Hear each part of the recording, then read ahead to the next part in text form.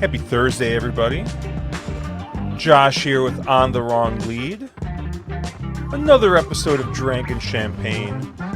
I am joined, as always, by Mr. Andrew Champagne. Andrew, how are you doing, my friend? Happy Derby Week, everybody! I got to tell you, it's been a long couple of weeks. If you saw me last week, you saw that I was being run a little bit ragged by life as we know it. This week's been a little bit quieter, thankfully, and I have 81 pages worth of friends to keep me company. That is Friday and Saturday's form. Shout out to everybody out there on Twitter who enjoyed seeing the fact that, yes, there are still some pen and paper guys out there. And to those of you that bookmarked that tweet, congratulations. You have proven that me merely existing pisses you off. And guess what? I win. Um, yeah, it's been a very busy week for me. I've been I've just had just such a busy week. Starting with last Friday, I played a saxophone gig, which I haven't played in a number of years. So Friday night, I show up to this gig, and I was told that we were going to do two 45-minute sets and kind of be done. I get there. There's actually two 75-minute sets. It was an Oh, absolute marathon. If you have ever played music or played a gig, I mean, a 75-minute set is a marathon, and to do two of them in one night is rough. And I'm not going to get into too many details, but it took a lot out of me. I'm not in the playing shape I was years ago when I was playing much more regularly, but it was good to get out and play. Shout out to all my buddies who came out and saw me play. It was great. It was just great to play again. So that was a lot of fun. But it was until we basically played from like 9 until about 12:30. I didn't get home from that gig till about 1:30. Saturday, we went out for my birthday into the city, and that's just another kind of like, marathon type thing. We actually went to a pop up at a bar that we really like called Three Dots in the Dash. It's a one of the tiki bars in the city of Chicago, and they have like a side room called the Bamboo Room, which is like a very like intimate space where they kind of do um, they do like more upscale type tiki drinks, but they had a pop up where they had a gentleman from San Francisco in town. He runs a bar called PCH, which I believe is like near the harbor. And it I'm was going to need to awesome. look this up. Hang on. Yeah, it was really cool. It was such an awesome experience. He was the dude was great, and he was um, the place probably seats I don't know 15 people, um, and yeah, like it's just a real small like intimate place, and yeah, I don't know. It's just really cool. And Yes. I so the googled it, by the way. PCH, Pacific Cocktail Haven. I know the neighborhood of where that place is. It's in the Union Square neighborhood in San Francisco. By all accounts, cool place. I've heard of it. The neighborhood itself has unfortunately seen better days, so I'm not surprised he's traveling. Yeah, but Kevin, the guy who was there, he was awesome. He actually like traveled with some stuff that, like they make a lot of their stuff in house. Their syrups in house. They even have like um, I want to say it was like a Filipino moonshine that obviously, in the U.S. you can't make your own moonshine. So they actually have a distillery that they work with that produces this Filipino moonshine for them legally, which is kind of cool. So it was just a really fun experience. And then obviously that was a late night. We get back home. And then the next day I was traveling for this work conference. And so, if and Andrew, I don't know how your work conferences go, but when this specific conference, when I go with my coworkers, we go out every night, Yeah, that's and usually the way conferences work. It's a license to go out and have fun.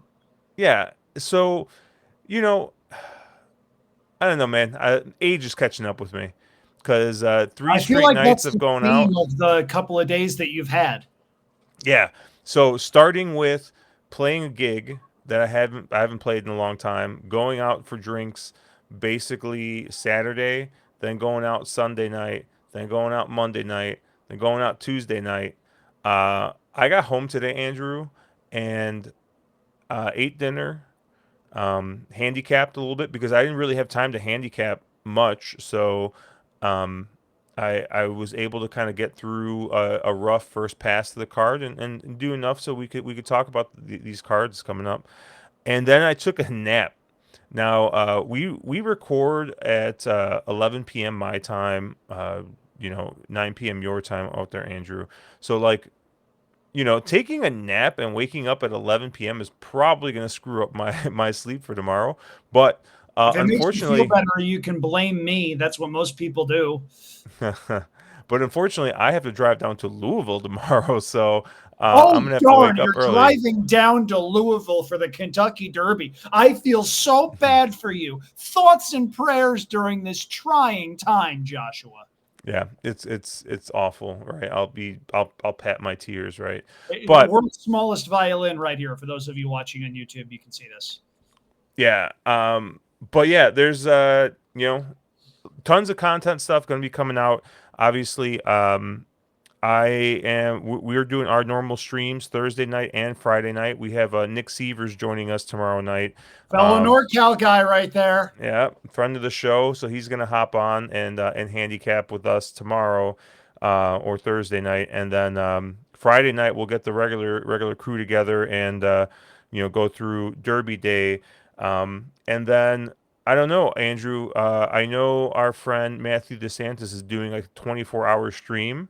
Um, I haven't committed yet because I have to figure out what my life is going to look like the next couple days with this driving and um getting situated and figuring out what Oaks and Derby Day is going to look for me. But I'm hoping to possibly hop on. It sounds like you are planning on hopping on a little bit as well. So yeah, that should be fun. And then yeah, I'm gonna try and get some videos out, some shorts and stuff, and we'll see what the weekend brings. But I don't know, Andrew, anything you wanna shout out before we get started? The rules are very clear. Say my name and I appear. That's the distinguishing factor with any Derby Week media appearances. I'll be going on radio in Albany, New York on Thursday, Ithaca, New York on Friday, and Friday night, I'm going to try to hop on to Matthew's stream for a couple hours. I will be in midnight DJ mode with a smooth baritone and smoother jazz, just trying to keep the vibes going into the wee hours of the morning, where hopefully somebody who wakes up at a bonkers early hour on the East Coast and can't sleep can pick up the baton and run with it. But that's a really cool thing that they do. Shout out to our friends over at Trust the Profits. They did a very similar thing last year for either Derby or the previous Breeders' Cup. I forget which. I just know that they did have a 24-hour stream, or at least try to, and they made a really good effort at it. It's a cool thing. It's something that appeals to a whole bunch of different people. You're able to get people coming in and out and being able to see your stuff. It's a cool idea. I did see that Matthew will have a Diet Mountain Dew tracker, and I'm very much looking forward to seeing what the over-under is for that, or if Matthew is going to plan on staying up for all 24 hours, in which case, Matthew, God love you. I can't do that. I'll be spending my Saturday at the OTB near the Alameda County Fairgrounds. Rest in peace, Pleasanton. Rest in peace, Golden State Racing. But the OTB there does a really nice job. My friend Dennis Miller is running a contest that I'm going to try to play and make some money in. So we're going to have some fun. It's Derby Week, folks. If you're a fan of this game and you're not having fun, find a different game. Yeah. And I guess just to talk a little bit about what we normally kind of do for these big cards, we like to talk about our best bet for the day, our long shot of the day, and a bold prediction we have for the day. And normally we'll just do one for a big day, but obviously Oaks and Derby, we got 2 days, so this will probably be a little bit of a long one. We're gonna go through Fridays, best bets, long shots, and bold prediction, and then we're gonna go right through Saturdays as well. And Yeah, Andrew, we're gonna just kick it right off here. Um, your Friday best bet is going to be coming up here in race 6. And Andrew, talk to me here. So, just for a really cool thing, I picked up my past performances for Friday. I flipped around and I flipped right to race 6 in the form as if it knew that that was the one that I wanted. I am choosing to see that as a very good sign. I don't know if he's watching this. He probably has about 1,000 better things to do. But I'm going to put out there a letter to one Michael Rapoli of Queens, New York. Dear Mike, thank you very, very much for calling an unnecessary audible and running Fierceness in the Alley Sheba. Fierceness was supposed to run in the Westchester and prep for the Met Mile. He's running here because it's Derby Day. As such, Fierceness is going to be favored. If Fierceness is ready and Fierceness is Fierceness, he's a major player. I think he's underlaid at his likely price, and Mike Rapoli doing this drives up the price on the Todd Pletcher trainee that would have been an odds-on favorite in this race had Fierceness stayed home. That's my best bet for Friday. I'm referring to number 2, Locked. Locked is a 2-time Grade 1 winner. Last time out, he could not have looked more visually impressive in winning the Santa Anita Handicap. Much has been made of the Santa Anita Handicap. It's not as much of a big cap as it once was. But take a look at that third place finisher, folks. That's Hit Show. Hit Show came out of that race and won the Dubai World Cup. Hit Show now better known for winning the Dubai World Cup than he was for losing the 2023 Wood Memorial to one Lord Miles, who won that race at odds of 59-1. You may have heard me talk about that one once or twice before. Locked is a really nice horse. He missed last year's Triple Crown because he had some issues, but he came back with an absolute vengeance late last year. He won his comeback race. He won the Cigar Mile. They sent him to the Pegasus World Cup. He drew a terrible post, Josh. He broke from post position 10. That is a horrible spot to break from, going 1.125 at Gulfstream Park. He was no match for White Abario that day. Very few horses are at Gulfstream Park, which is where White Abario does his best running. But he ran really well to be second ahead of Skippy Longstocking, who is a nice horse in his own right. I think Locked's a really good horse.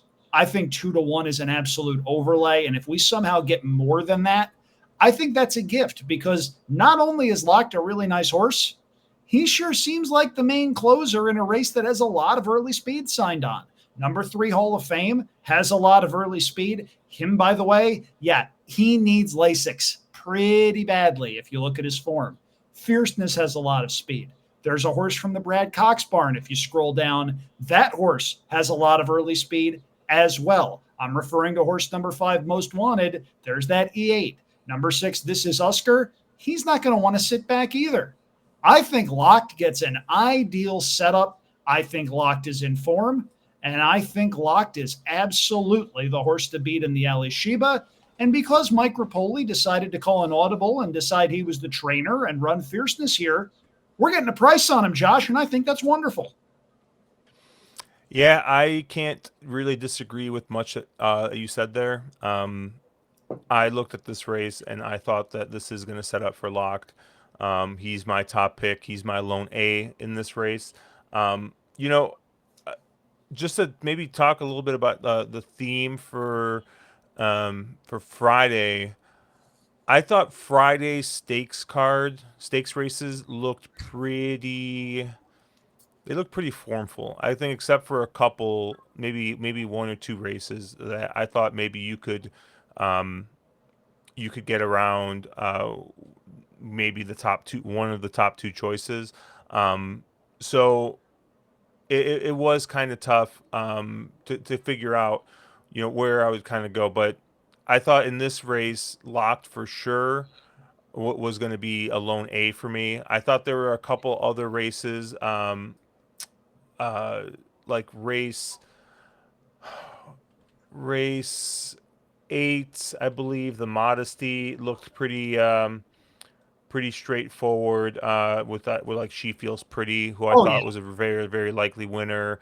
Um, the Unbridled Sydney I thought looked pretty straightforward. So like, I thought that especially if you're playing some multis in this on this day, there are a lot of places you can go with short prices.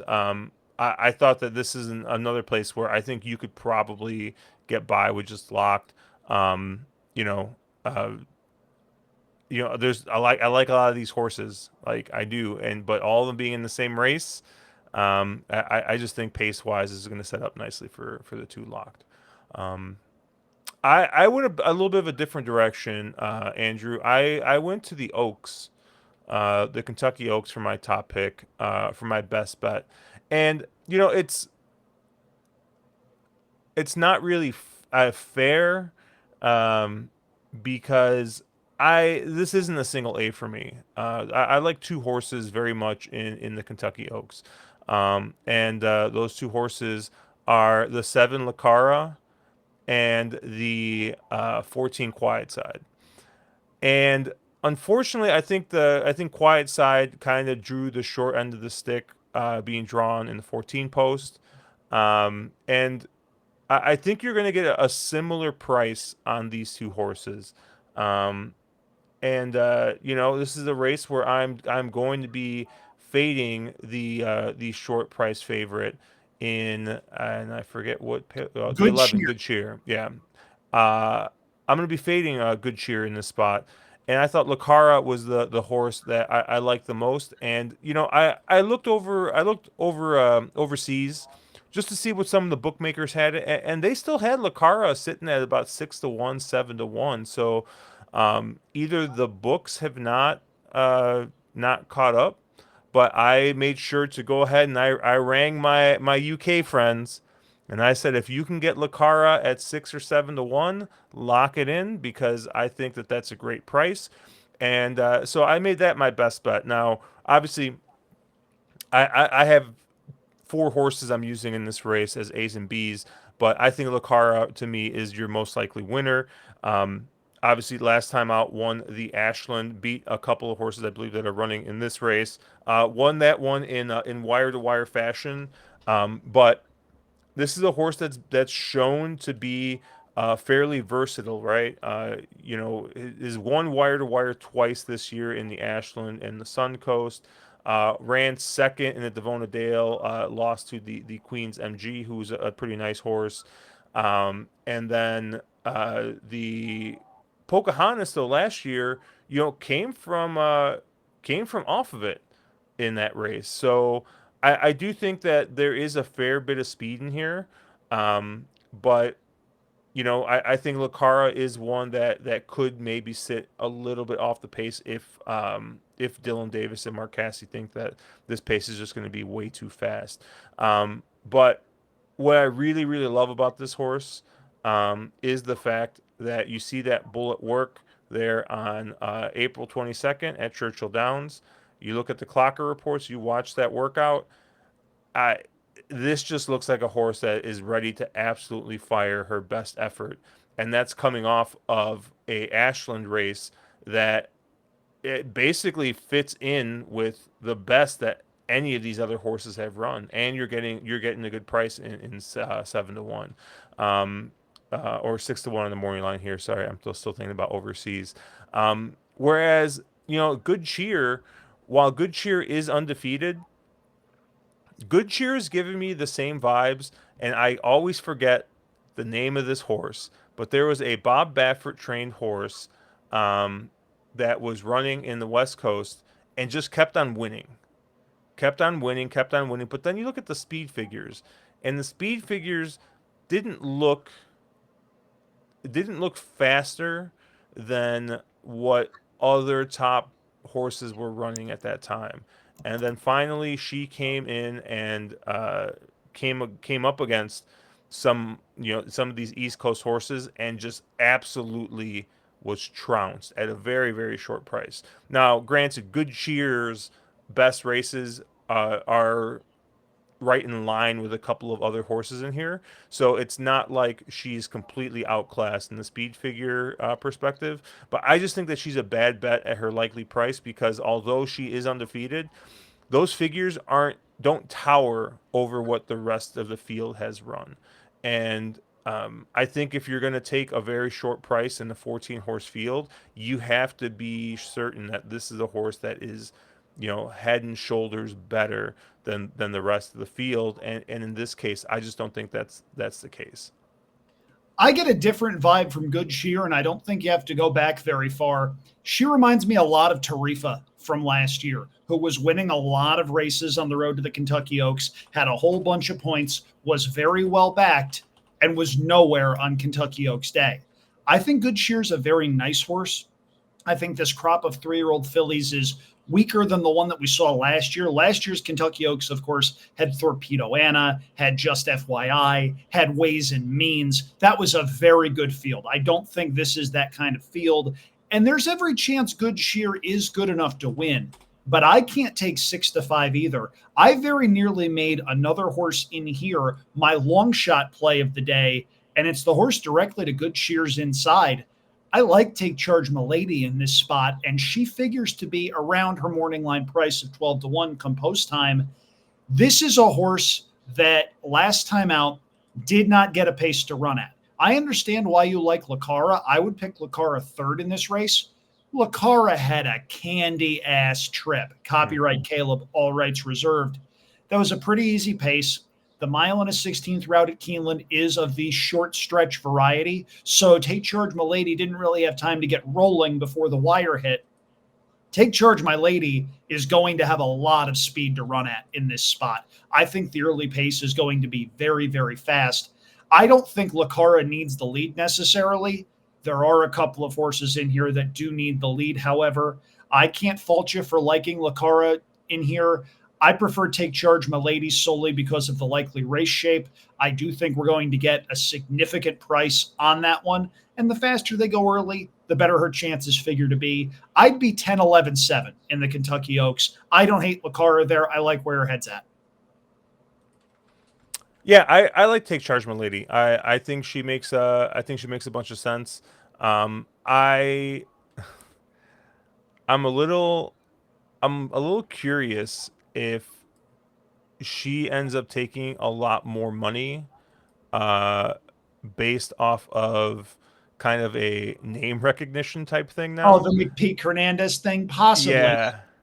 Um, because I think I saw, if I remember correctly, I saw in early Derby betting that the McPeak horse is taking just a ton of money, and I would like to wager against those folks in every pool I participate in from now until the end of time. Now, I don't know if um, that's going to say anything for Take Charge Milady here. I think the Derby money is going to be stronger than the Oaks money for sure, but I'd be willing to bet Take Charge Milady at 8-1 or higher. okay. Yeah, I mean, in this race, I think Quiet Side also looks really, really good. Quiet Side, I think, might have the fastest time form figure of anyone in this race, if I remember correctly. But I thought Quiet Side made a ton of sense. Is another horse that's been working very well, and I think is coming in at the right time. And honestly, Bless the Broken is kind of sneaky for me. Now, I get her best race was that race at the Bourbonnais Oaks, right? And that was on synthetic. But I just thought that figure came back very good, and it's tough. Like, did the horse improve because they switched to synthetic, or did the horse improve because it just progressed more, right? So, I mean, you're getting 30-1 in the morning line. Like, I'll take a shot, right? Like, I'll take a shot that the horse is just improving, like it wasn't just synthetic. And I mean, we've seen a lot of these horses that have run at Turfway Park, during the Keeneland meet. they came and they ran on dirt, and they ran very well. So yeah, I'm interested to see what we get out of horse like Blessed the Broken. Is another one that wants to come from off the pace and is going to get, I think, enough pace in this one. So I had that one as a B as well. But yeah, we'll talk more Oaks obviously tomorrow. Um, but Andrew, let's go to race 13 here, where you got a long shot you like. If the Kentucky Oaks wasn't enough for you, don't worry. We've got two races after that. And I really like a first time starter in the finale. I don't know if we're going to get the 8-1 price on. I'm going to call her Tetaroa. I really hope I'm saying that correctly. There's some steam on this horse on Twitter already. And I wouldn't be surprised if at the first flash of the tote board, we look up and we see this horse is 9-5, 2-1. Tetaroa has a series of massive workouts for Phil Bauer, who is excellent with first time starters. This is a win early pedigree. This is a Vekoma filly that they've taken their time with. You have to think that when they had to stop on her last year, they had this day circled on their calendars. And Tetaroa, I think, is exceptionally well met in a race where, honestly, Josh, the horses that have run before, they don't impress me. These aren't terrible horses, but there are no monsters here. If Tetaroa runs to her workouts, I think she's got a massive shot. I hope we get somewhere close to that 8-1 morning line price. And if we do, that may be my biggest win bet of the entire weekend with Tetaroa in the nightcap, race 13 on Oaks Day. The horse I was thinking of is a horse named Princess Noor, I believe. Yep, Princess Noor. Yep. Ran ran, I think, won three straight, and then went against other like good horses and just didn't live up to it. But the horse's speed figures were actually, I mean, they were very slow, and like significant, like they were like 10 points slower than what some of the other horses ran. Good cheers right there, but it's just a price thing for me. Anyways, the 8 bells is where I went for my long shot play, Andrew. Unfortunately, I haven't looked at anything outside the stakes races, so I couldn't really comment too much on race 13. But I'm sure by that point, right? Because I think this thing's going to chalk out. It's not going to chalk out. There's going to be a bunch of bombs, and I'm going to be trying to do the get out. So I am going to. I'm going to note that 8 there for race 13. But the 8 bells, uh, you know, the morning line favorite in here, I believe, is the 12 eclatant or whatever. I thought the 5 Verity looked really good. If especially if this comes up sloppy, that last race on the figures I looked at, uh, blow anything that any horse in this race has run out of the water. Like just absolutely humongous. But it was a sloppy track at Keeneland. I haven't looked at the weather. People have said that it's going to rain. So if it comes up sloppy, Verity I think makes a ton of sense. It's your favorite rider, too. Yeah, I know. Goodness gracious. I mean, as soon as I saw that, I'm like, how do I beat this horse? Because even though she's 15 like points faster than anybody else, I landed on the 2 Evanescence, and you know, I don't know. That last race was very impressive.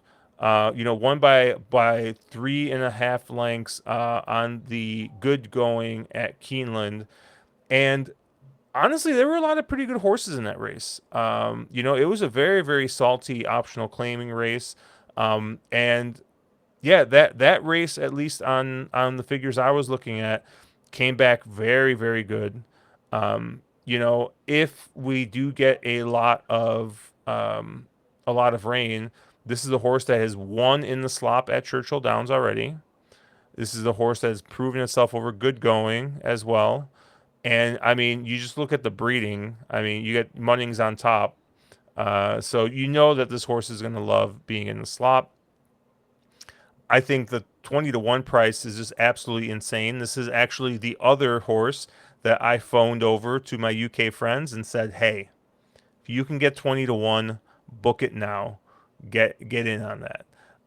But Yeah, I think the two Evanescence is I think is a complete overlay at 20 to 1. I think that this is like my second choice in this race, and this horse is at 20 to 1. So, once again, it's a morning line. We'll see.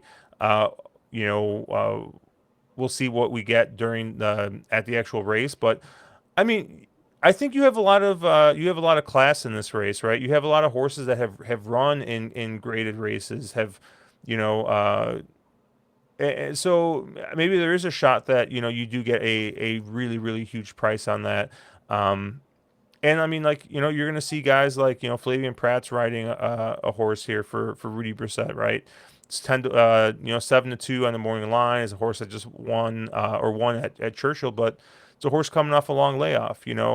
Um, you got other horses that the one horse whose worst race was actually kind of going long at Churchill Downs. It's a short price. Um, so I don't know. I thought there were a couple different ways to go in this race. I really like the two Evanescence, and like I said, if it comes up real sloppy, I'll use the five Verity. But I mean, give me 20 to 1 on Evanescence for sure.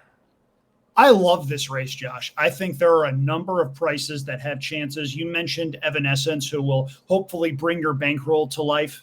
Ha ha Hmm. ha ha ha. Waka waka waka. By the way, can we change the graphic? I just my OCD is Oh acting. goodness, I was wondering why you kept on pointing. My fault. Yeah, there you go. So I don't hate that one. The other bomb in there that I just want to talk about for a moment before we move on to our bold prediction for Friday. That's called foreshadowing, kids. Do me a favor and go to number 6, Kimchi Cat, for a moment. Kimchi Cat goes second off the layoff for Tom Amos. We know how good Tom Amos is. Do me a favor, for those of us that are watching on YouTube, use that red marker tool and cross out the Pocahontas. Just cross it out. Big old line straight through it. What do you have? You got three. You got three wins in a row there. And I think you have the main speed on a big day at Churchill Downs.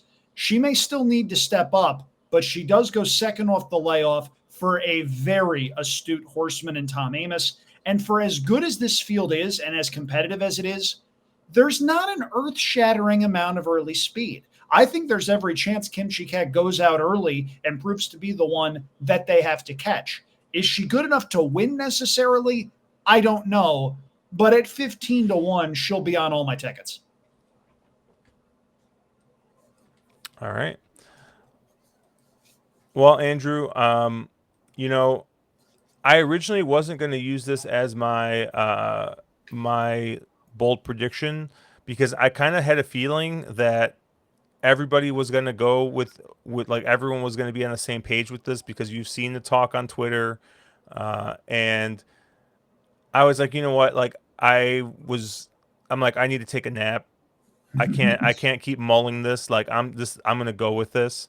And then I saw you had the same bold prediction, and I'm like, yep, everyone's gonna have the same bold prediction because also I saw in chat in our on the wrong lead chat or one of the private chats that the on the wrong lead guys are in with some of our other friends, and they're all like, I think this is the time. Torpedo Anna gets beaten in the La Troyenne. I don't like this. I think Torpedo Anna is fantastic. Horse racing is better when its stars run. We have a significant problem with the fact that when we get stars, they get shuttled off to the breeding shed. They don't run as much. Torpedo Anna's connections are campaigning this horse the right way. They're running in big spots. They're not ducking anybody. Good on them. Having said that, I'm looking at this race. I see two horses from the Chad Brown barn. I think Randomized is faster early, and I think Raging Sea gets the setup. Randomized hasn't run since August of last year. Something clearly went wrong in the personal ensign. We haven't seen this horse since, but she's been working very, very well. You see Joel Rosario on this horse. He knows her very well. He has piloted this horse to a number of big wins in front running fashion. I think she wants a lot longer than a mile and a 16th, but I also think her only chance is on the lead. Torpedo Anna's going to go early. I don't think she needs the lead, but I do think it helps her to be forward. You see Darth Vader on the rail. We're not quite sure if Darth Vader is going to go or not, but I'm looking at this race. I see Free Like a Girl, who has some early speed as well. I don't think Torpedo Anna is going to have this gifted to her. I think she's going to have to work. And after she's put away the other front runners, you've got Raging Sea looming. Raging Sea was second behind Torpedo Anna in the Breeders' Cup Distaff, but she did not sit her preferred trip. If you remember, the Breeders' Cup Distaff had a number of late scratches, and Torpedo Anna was basically the only speed horse left in the race. They just sort of ran around the racetrack. Raging Sea had to provide token pressure just on the off chance Torpedo Anna wasn't herself. She managed to run second despite not having her preferred trip. I thought that effort was pretty impressive on her part. She's going to get pace to run at. She's been working well. That most recent work jumps off the page. I respect Torpedo Anna at her likely price with the likely race shape. I can't bet her. Give me Raging Sea at or near that 9-2 morning line price, and I will be very, very happy to bet her. Yeah, I mean, I basically said Torpedo Anna loses, and you know, Andrew, we talk a lot about. There was a very very famous horse couple of years ago in Cody's Wish, right? And I proclaimed, and I have said this before, right? I hate. Well, I love good stories because I love betting against them, right? Because yeah, because they always end up being underlays, right? That's just how it happens. They end up being Josh, underlays. this was before your time, but when you get a moment, look up a horse named Lisa's Booby Trap. That was the all-time great story that got wildly overbet at Saratoga. It's a good one. Okay. I thought you were gonna say like Patch or like one of like the one-eyed horses or whatever, all No, that nonsense. Like, I mean, no, like there's like horses get bet for all kinds of like random reasons, all of right? Zenyatta's offspring. Everybody come at me. um, but I think Torpedo Anna is probably still the most likely winner in this race, right? But I think that she wins this race in the current form she's in with what I've seen this year so far. She wins this race 33% of the time, one out of three. A little bit. I think she wins it a little bit. A little bit. She wins it less than half the time, right? And she's 2 to 5 in the morning line. She's going to be all of that. It's just the math don't math, you know. And I do think, like you said, the two Chad Brown runners loom very very large. They're going to be the two horses I use in this race. I was going to use Darth Vader as kind of a long shot type, but it seems like she's going to scratch out. Um, and yeah, like I'll just talk briefly. Like randomized is I think the main speed in this race, and Joel Rosario doesn't know this. I don't think because I've seen the way he rides, but Joel Rosario is quite possibly one of the like best riders on the lead. The Yeah. man just hates riding on the lead for some reason. I don't understand it. I remember Latruska. He famously rated her at a race at Oak Lawn, and I believe he basically lost the mount after that. Yep. But when he gets on the lead, he can just relax a horse and make sure that that horse has got enough to finish it out. I mean, he's one of the best finishers in the game. Like, so you give him a head start. Like, you think that he probably is going to win a heck of a lot of races. In But Italian. That's all I got to say. In Italian. yep. So yeah, I think that there's really no option randomize is going to go. My concern with randomize, it doesn't seem like a horse that likes to fire fresh off a layoff.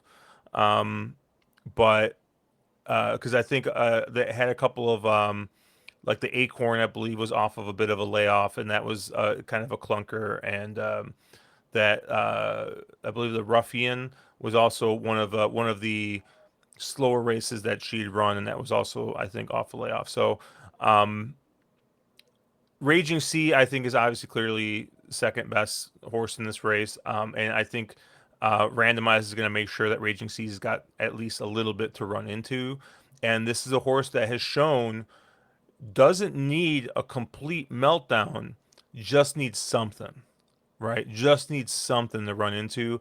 And when you have a horse of the quality of Torpedo Anna, and she gets to go 47-4, like that's not enough to run into, right? We need to see for these types of horses. I mean, I don't think, like I said, I don't think we need to see anything crazy like 45, right, or sub 46 or anything. But I think you see 46-3, 46-4 up there, and I think that's all you need for Raging Sea. But I think you see 46-3, 46-4. There's still a shot that randomized just keeps on going, right? So, yeah, I don't know. I like the two Chad Brown horses. That's gonna be the main way I try and beat Torpedo. I know. Yep, and we share the same bold prediction. We share the same horses that we like. This is it. We're going to need to do something with our Saturday stuff in order to ensure people they haven't tuned into the wrong show. Saturday's tough, man. I think I said this before when we were off air. I said Saturday's card is just bonkers. It's just absolutely wild. I I took a quick pass just so we could talk about our long shots and stuff. But I don't know, Andrew. There are some races where like I probably need 2/3 of the field, and oh, it's like a 12 horse field. Like it's just a wild, wild, wild. It's if you're right on Derby Day, you are going to get paid. And so let's talk about being right. And we're gonna start before the stakes races with your best bet, Andrew. Talk to me here. Hot take, folks. Bob Baffert's best 3-year-old at Churchill Downs doesn't run in the Kentucky Derby. I'm looking at race number 3 on Saturday. I love number 5, Goal Oriented. Goal Oriented debuted at Santa Anita back on April 6th, so he had a late start, but I absolutely love the way that he ran on that particular occasion. He did not break well. He winds up 6th of 7 early. Bob Baffert is not known for training closers. That's not his thing. Bob Baffert's a quarter horse guy. He wants horses on or near the lead. Well, all Goal Oriented did was darn near circle the entire field and pull away to win by more than 3 lengths in 110 flat. That's not something a first-time starter is supposed to do. That didn't come back huge on figures. He got a nice number, but that's one of those where you take note of the way that he did it rather than the time that he ran. I look at the workouts since that race. There's a big work at Santa Anita, followed by a big work at Churchill Downs. You see 5 furlongs and 59-1. I think Goal Oriented learned a lot from that first out effort. He does stretch out to 2 turns, but then you take a look at the pedigree. By Not This Time, out of a Fleet Alex mare, this distance should not be a problem. I am not at all sold on the quality of the rest of this field. You take a look at the horse directly to his outside, that's Rapture, your 7-2 morning line favorite. I didn't like Rapture at all whatsoever in the Virginia Derby. He ran awfully. The race 2 back at Oaklawn, I thought he sat an absolute candy-ass trip there, didn't beat anything. Maybe Rapture gets back to that form, but I don't even think that form is good enough if Goal Oriented takes the step forward that I think he's sitting on. If you look at this field, you're going to see a couple of other familiar faces. You see number 7, Hypnus, who was on the screen briefly. Number 2, Bracket Buster, was second in the Lexington. I actually like Bracket Buster a little bit to run second, getting Lasix for the first time. But I think Goal Oriented is a very nice prospect. I'll be watching the board very, very closely on that one. And that one will be a single for me in all of the multi-race exotics on the early part of the program. It's funny. I just pulled up a Bracket Buster, and that Street Sense is looking like a pretty good race, huh? Yeah, Sovereignty, Tistastic, and Sandman out of that same that race. is what we call a key race right Yeah. there. And he ran well last time out in the Lexington.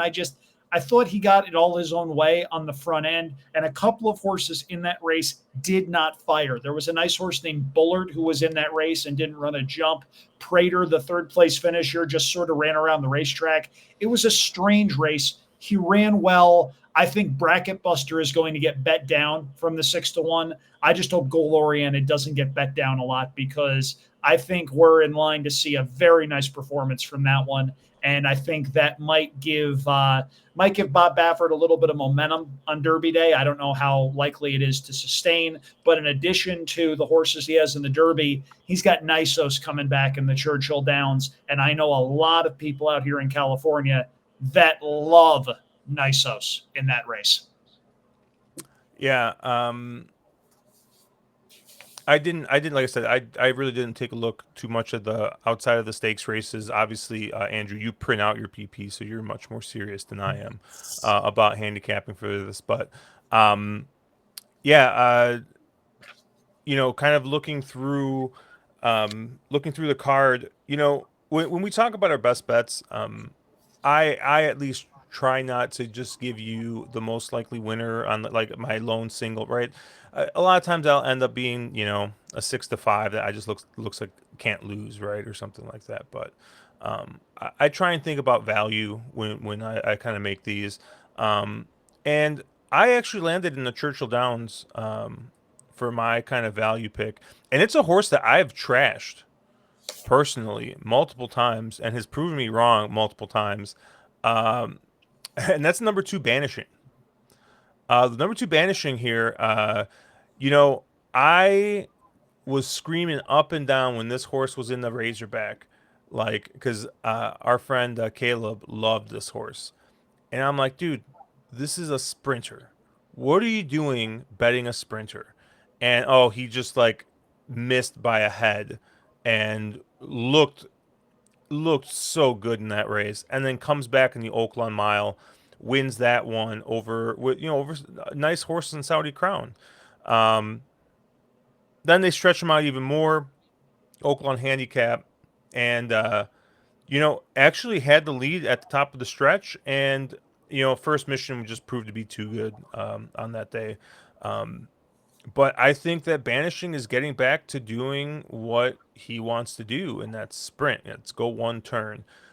So I think 5 to 1 is a very, very fair price. I think this is just a real top horse. You're getting Jose Ortiz aboard, who always rides very, very well in Kentucky. You don't get Santana's not riding, who's ridden this horse a bunch. Pratt is also not riding, so maybe you have a little bit of a question, right? Because Pratt ends up on Nisos, and but this is a horse that's coming off a very, very long layoff for Bob Baffert, and yeah, I don't know. I just couldn't. I couldn't get there. I will let that horse beat me at a shorter price, and I think Banishing, who's probably going to be your third or fourth choice in this race, I think is going to be a little bit of a value at 5 to 1.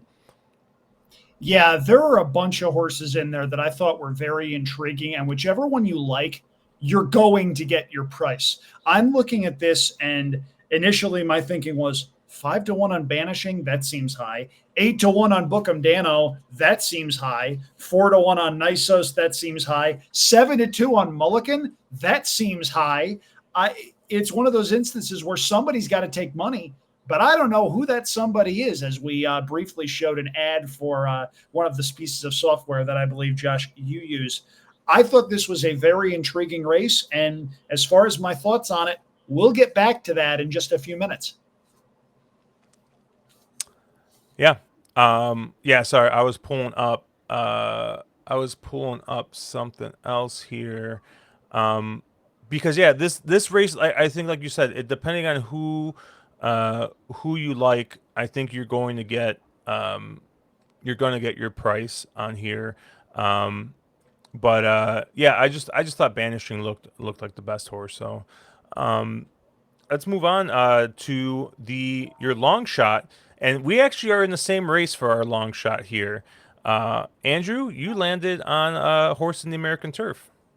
I landed on the joshiest horse I've ever seen, and I have no idea how you didn't land on number 4, Mibago.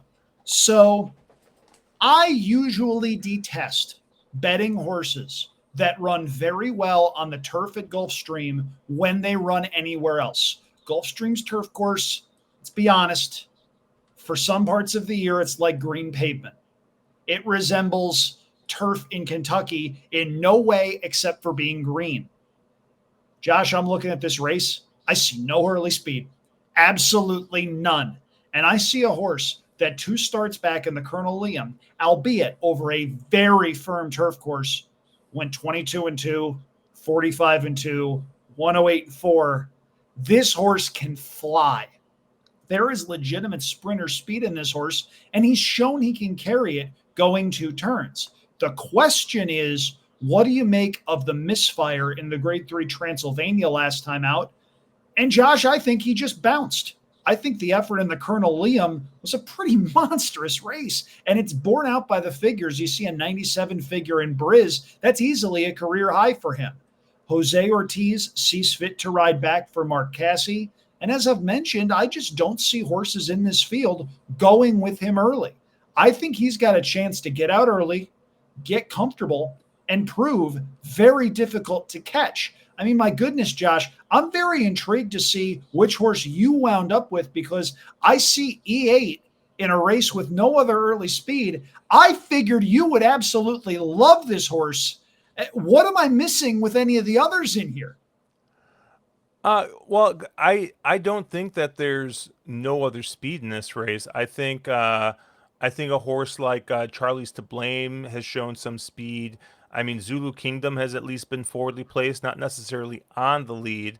I will say though, I do like this horse a bit. It will probably be a horse I use as a B type, um, and it's not really because of a it's not even because of a pace thing, right? I just think that this horse's race 2 back in the Colonel Liam is probably the is tied for the second fastest race that anybody has run, right? I think that that's a really good race, that Colonel Liam, um, and it actually matches up exactly with what Zulu Kingdom ran last time out in that Columbia, and I think Zulu Kingdom makes a ton of sense here. Is not a horse that I'm going to leave off any kind of multi-race exotics, right? I think Zulu Kingdom is a horse you got to use, and yeah, Mibago's best race is right up there with Zulu Kingdoms, and you're gonna get over double the price on it, right? So I definitely see the love for that.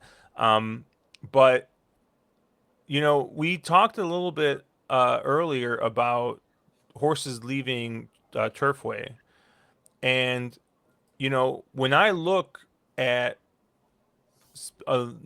time form figures or other figures I look at, the horse that's actually got the fastest race is the 6 Maximum Promise, which is a horse that has only run on the turf once, was at Ellis Park. Ran fifth at a pretty big price. Ended up breaking its maiden on dirt, and then they kind of got Derby fever with this one, right? They went to the Lecomte, they went to the Battaglia, ran third. Jeff Ruby Stakes ran third once again. But that effort in the Jeff Ruby Stakes actually came back very good. And you know, I was kind of going back and forth, right? Because Maximum Security is only thrown 6% turf winners, right? But this is a horse that ran well on a synthetic. And the damn sire just happens to be Scat Daddy. Um, I think there's a little bit of turf in this horse. So I think 20 to 1 on this horse. I'm gonna go ahead and take a shot. Obviously, gets Brian Hernandez to ride this horse once again. This is the horse that Frankie Dettori saw fit to ride in the Jeff Ruby Stakes. So yeah, I think this horse is in here with a big shot. It ran a really big time form fig last time out. Looks good on Briz as well. And I think outside of I think like Zulu Kingdom and the 4 Mibago is going to be a horse I'm going to use very prominently in my multi-race wagers. So I like the Um, 6 Maximum Product Promise at 20 to 1. can we agree that Iron Man Cal is going to be nowhere near 9 to 2? Horse number 10. You're talking about a horse that was beaten a neck in the Breeders' Cup Juvenile Turf the last time we saw him. I don't see how this horse is 9-2. That's the one morning line that I'm looking at, and that drives me crazy because I think he's probably going to be your 3-1 favorite. And if he's ready, he's got a chance. I actually like his race two back more than I like the Breeders' Cup Juvenile Turf because he showed a little bit of early speed on that occasion. It's just coming in off of a 6-month layoff, coming from California to Kentucky. That's a tricky ship. Ultimately, I went with a bit of a price in Mibago, but it wouldn't surprise me at all if Phil D'Amato, a very smart guy, has Iron Man Cal ready for this one. Yeah, I think the only reason that he might not be is because of the layoff. Um, there's a lot of smart people that I mean, we've seen this, Andrew. These horses that run in the Breeders' Cup race and they don't come back until Derby Day, or maybe like they don't come back until we'll even say a month earlier, like Florida Derby Day, and I'd like to see a horse at least have some type of start before a Breeders' Cup race because we've seen a lot of these horses, especially juvenile horses, that come out of a BC juvenile race and just never run back to what they ran in that race. So I do think that people are going to see that and they're going to see the big effort and the decent figure out of that race and bet it. But I don't want to touch that horse at all. Fun betting race, though. I mean, I think we've affirmed that if you like a horse that's a bit off the beaten track, you're going to get your price, and that's honestly indicative of the card as a whole. This is a heck of a program. That's not just the Kentucky Derby. You're going to want to wake up early and see the undercard. All right, Andrew, and then we're going to go back to the Churchill Downs for your bold prediction. And I'm not sure how bold this is, but this is a horse that is your 3-1 morning line favorite for the Churchill Downs, and that's Mindframe. Why is he here? I'm looking at this and I see a horse that's a mile and an eighth, mile and a quarter type. He came back in the Gulfstream Park mile, beat nothing, ran slowly doing it. If you're going to do anything, you run him in the Ali Sheba, except, oh, wait, Fierceness is now in the Ali Sheba. So what do you do with Mindframe, who's the second stringer? I want no part of him at 3-1 or anywhere close in the Churchill Downs. We've talked a lot about this race, and I'm just going to dabble in a couple of bigger prices that I think you might want to take a look at as opposed to a horse like Mindframe who's 3-1 going shorter than he wants to go. Bookham Dano is 8-1. He won a grade 1 going 7 furlongs last year. This is a horse that's going to get pace to run at. Watch the early part of the card very carefully. If it winds up being a fair track that plays kindly to closers, I think Bookham Dano's got a big chance. And I'm also going to get a little crazy with the cheese whiz on you. Copyright Todd Schrupp, all rights reserved. Let's go to number 9, Hear My Song. Number 9, Hear My Song, has back races that would be competitive with this group. One of my favorite angles when handicapping is the toss 2 play. 2 back in the Phoenix. He runs fourth, beaten a bit more than 7 lengths. It is safe to assume something went wrong that day because we didn't see him again until the next spring's Keeneland meet 6 months later, and he blew the break and was never a factor. Just draw a line through those 2 races.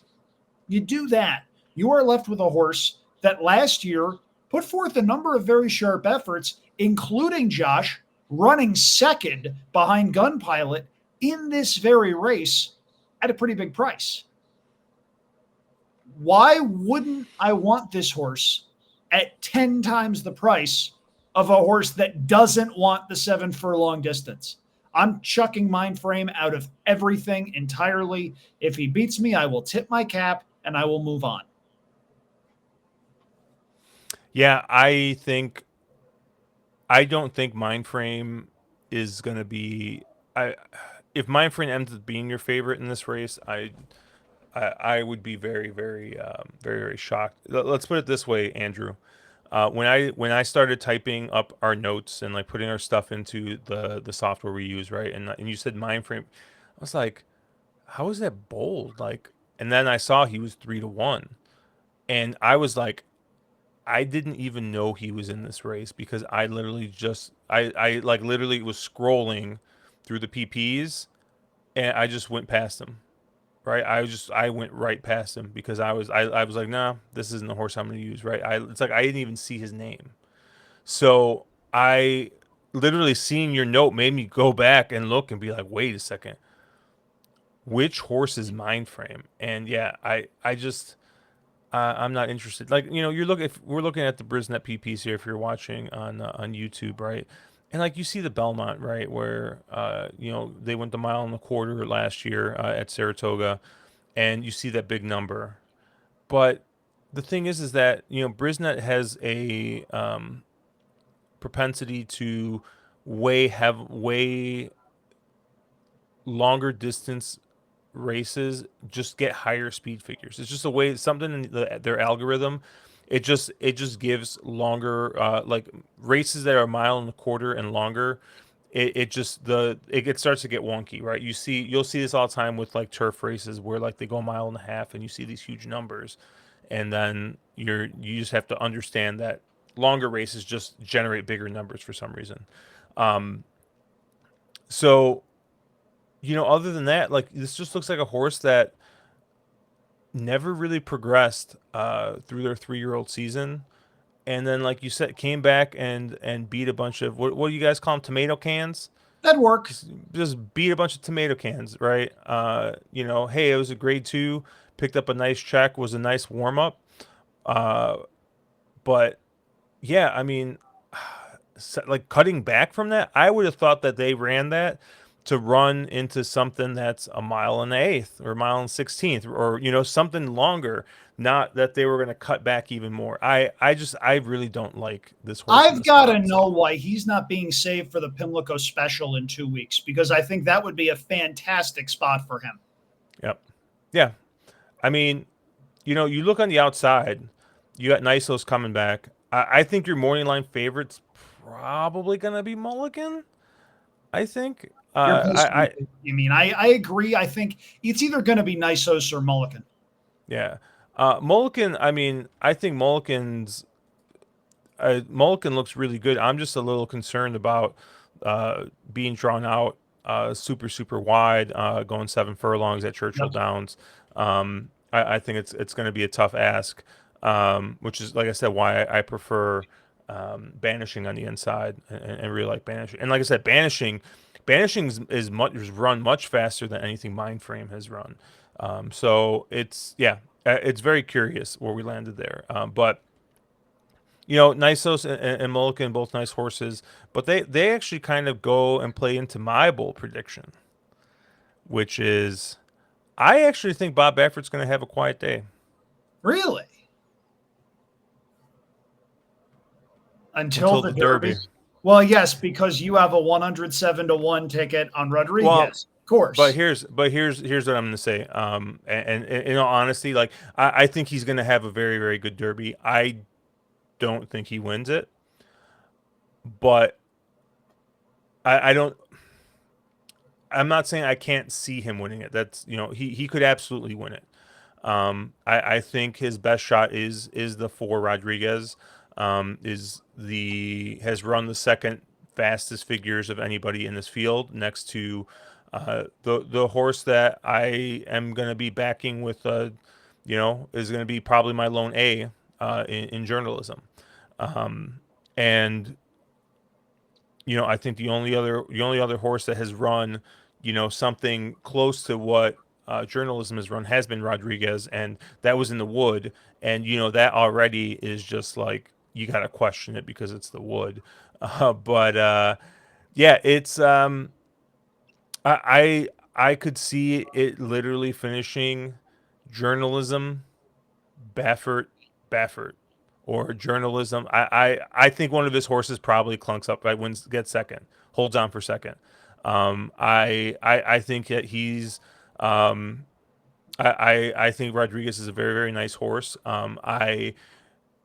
am trying not to. I'm trying to keep the meme bet I made based off a name out of it.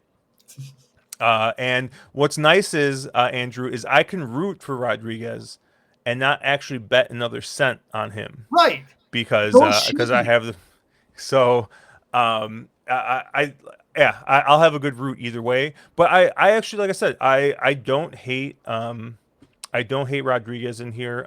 I've seen 12 to 1 on the morning line. I've seen somewhere between like 9 or 10 to 1 in early betting. So I think that's about right. I'm getting 10 times that, so good for me.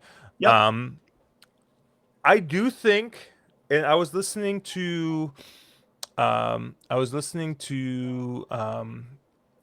podcast earlier today with Mike Beer and David Aragona, and they were talking about this. And Mike Beer said that it's kind of funny that the script has flipped so badly on Citizen Bull after that one effort to the point where he actually thinks that there might just be an overreaction to, like, not that I mean, obviously he's got a lot going against him. He's on the rail now, right? Yep. And the rail is, I mean, we saw what happened to Dornock last year, right? It was a horse that had a lot of speed and was on the rail and just was basically, the race was over after the gate popped. And that very well could happen to Citizen Bull. But if Citizen Bull is not that far, was not that far off. I mean, I beat Rodriguez by 3 3/4 lengths when they met up in the RB Lewis, and the script is flipped so badly. This is a horse that's 20 to 1 on the morning line now. Um, Once again, he's not saying that it was the most likely winner, but I mean, 20 to 1 on a Bob Baffert speed horse in the Derby. If this was 2017 or some other year, people would be like, wait a second, really? So I don't know. I think this is a really interesting race. We won't. We won't spend too much time, but I guess I want to get your thoughts, Andrew, a little bit on the Derby. I mean, I already kind of said I think journalism is the best Derby favorite I've seen, or the one I've believed the most probably since I've bet horses, which is Justify. And I didn't know anything about Justify. I bet Justify at 5 to 2, because I just like, I don't know, I got lost in the hype, but I don't think that there's been a favorite I've liked in the Derby as much as journalism this year. So. So, first of all, with Citizen Bull, I would like him significantly more if not for the rail draw. I think the Mhm. rail draw kills him. If you were telling me he was 20 to 1 breaking from post 6 or post 7, I would think he has a legitimate shot. Maybe not necessarily to win, but certainly underneath. Journalism is one of two A's. If you look at figures, he's an absolute standout. If you're taking the stance that 3 to 1 is too short on any Kentucky Derby runner, I respect that. If you're trying to poke holes in journalism where they don't exist, I think that's overthinking. Journalism's one of two A's. The other A I have, granted, it's very early in the wagering, and this could change significantly. Josh, why is Sovereignty 11 to 1? In Sovereignty, you're looking at a horse that broke from post position 10 in the Florida Derby. That's death. You are not supposed to contend in mile and an eighth races at Gulfstream Park from the 10 hole. He never had a chance to save ground. The pace wasn't all that fast. And he winds up running second behind a horse that had an absolutely perfect trip. I think there's a lot to like with Sovereignty. We know he likes Churchill Downs. You brought up the street sense. He could not have been more impressive on that particular occasion. Just look at the horses he beat. I thought his race in the Fountain of Youth was very good. Remember Gulfstream's mile and a 16th configuration in that short stretch. He still came and got River Thames. I think he goes third off the layoff and is sitting on a big, big effort. And I hope that price holds. I'm two A's and two B's. My two B's, I like Grande a little bit underneath. I think he's got a chance to take a big step forward in career start number 4. He's a grinding type. That's a style that plays well going a mile and a quarter. Again, I don't know if he's talented enough to win, but if he winds up getting that perfect stalking trip 3 or so lengths off the lead, and he's the one with the lead at the 3/8 pole, I don't think he's going to slow down all that much. I'll also be using Tistastic, horse number 14. It's another horse that I just don't think the distance winds up beating. I love that Steve Asmussen workout pattern. To steal a phrase from our friend Chase, I'm a little pig boy for that. You look at that work 2 back, 5 furlongs and 59 and 3. The last workout, just a pure maintenance move. Tistastic is ready. The race he ran in the Louisiana Derby was pretty good. He probably has to move forward, but he's going to get pace, and he's already got a win at a mile and 3/16. So if you're telling me that horse is 20-1, yeah, I need to use him in some form or fashion. But we agree, journalism, the most likely winner, and on paper, it's not like there's anything to nitpick. Yeah, I mean, the only other horse I think that we might need to talk about is, horse isn't in the Derby yet. It's on the AEs, but I think Baeza, I mean, he's got a race. The that last race, absolutely fits in. Obviously, he basically lost by 3/4 of the length to journalism. I kind of feel like the problem with him is going to be price. If Baeza draws in, right, he's 12-1 on the morning line. He's going to be your second choice, I think. Wise guy money coming in from everywhere. He Yep. ran well in the Santa Anita Derby. Don't get that twisted. But here's my question: what is he going to do to reverse that margin against journalism when Baeza had a picture perfect trip on that occasion and journalism was ridden to get an education? I don't see it. I understand people who like this horse. Look, the damn Puka, if Baeza somehow draws in and wins the Kentucky Derby, you can make an argument that Puka is the best broodmare of all time, throwing Mage, throwing Dornick, and throwing Baeza in back to back to back years. Think about that for a minute. That's remarkable. But I'm looking at this, and this to me seems like a horse that should be 15-1. And if he runs, maybe is half that. I can't bet him. Yeah, I haven't really like I said, I haven't really figured out how I'm going to bet this, vertically. I think that's one of the best bets you can make all weekend, right? Is if the superfecta is too much for you, the trifecta always pays well too, So right? do exactas too. Even the chalky exactas. If this chalks out, the exacta's still going to pay $40 for a $2 bet. Yeah. But yeah, I think journalism is going to be tough to beat. I have the future on Rodriguez, but I've kind of become a believer. I mean, I bet the horse when he was 107-1 because he was that price because it looked like he was going the wrong way. But yeah, that Wood was very impressive. I think. I mean, other horses that looked kind of interesting. Um, I like Tistastic, but I like horses coming out of that the fairground circuit because I like the way that those horses progress. With the way that they add that distance. And that last race is a mile and 3/16. And yeah, Steve Asmussen's going to win a Derby at some point, and it's going to be a horse like Tistastic that does it, right? It's not going to be the horse that Steve should win with. It's going to be Epicenter. The word you're yeah, looking for is epicenter, and it still hurts. but it's going to be a horse that just kind of comes out of nowhere, right?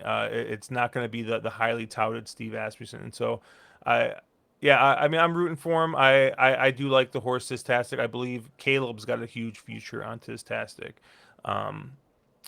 And Yeah, I think that this is going to be. I think that this is going to be a pretty good. I think this is going to be a pretty good rendition of the Derby.